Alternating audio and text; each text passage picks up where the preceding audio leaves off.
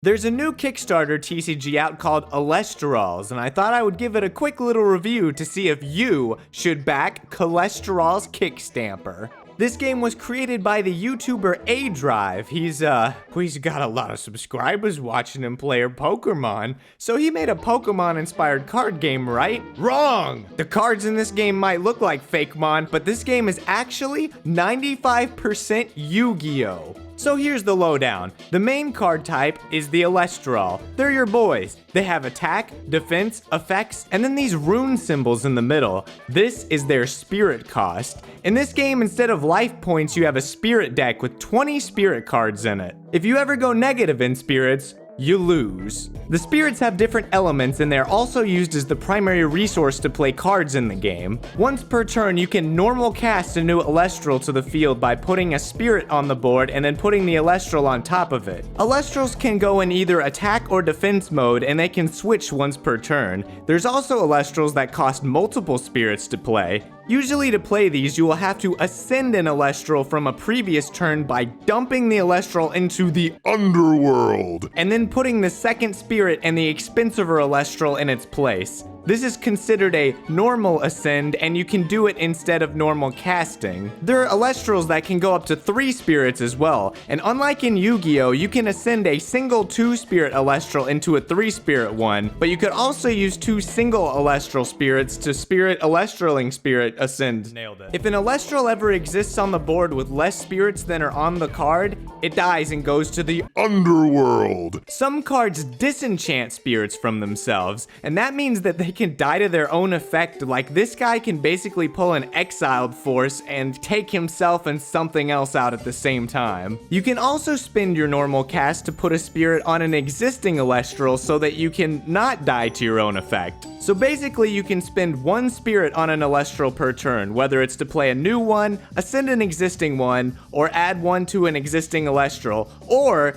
another thing you can do is dump 1 spirit to the underworld to draw a card. You can even play an Elestral with the wrong elemental spirit. This is called misenchanting, and if you do it, the Elestral has its effects negated, unless of course you find a way to get the correct spirits back on it later. And that's the Elestrals, but there's not just Elestrals, there's also spell type cards called runes. The runes got runes on them, but those aren't runes. That's the number of spirits you need to pay to play that rune, represented by runes to mean the spirits. There's no limit to how many runes you can play in a turn though, so theoretically you could just kill yourself playing 3 Pot of Greeds if you really wanted to, but at least you'll have cards in hand, and there's no maximum hand size. There's also artifact runes that act like equip cards, divine runes, which are like multi-use spells where you detach spirits to get effects, stadium runes that act like field spells to power up specific elemental types, and counter runes, which you put face down and activate them on any turn after the one you played them,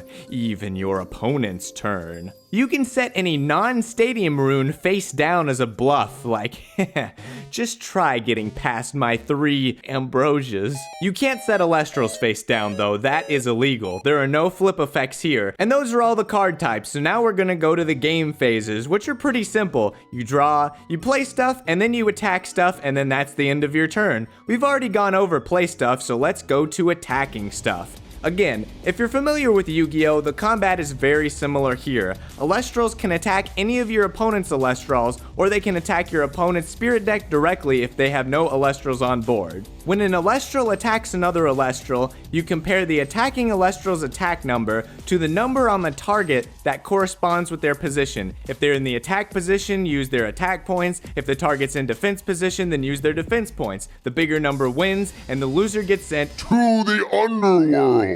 If the target of an attack was in attack position, you also compare the number of spirits on both Elestrals. If I attack with an Elestral that has 2 spirits and destroy an attack position Elestral with 1 spirit, my opponent must take 1 spirit of damage, sending any spirit they want from the spirit deck to the under. The same goes for when you attack directly. You deal the number of spirits your Elestral has been enchanted with to your opponent. In this case, they take 3 spirits of damage, which they pick to go from their spirit deck to the and that's pretty much the game. It's actually a GX era Yu-Gi-Oh! All the way down to only one field, I mean Stadium Rune, can be in play on the whole board at once. If you play another one, the one that's on the board goes away no matter who played it. That being said, being Yu-Gi-Oh! Isn't a bad thing. I mean, it worked for Yu-Gi-Oh!, right?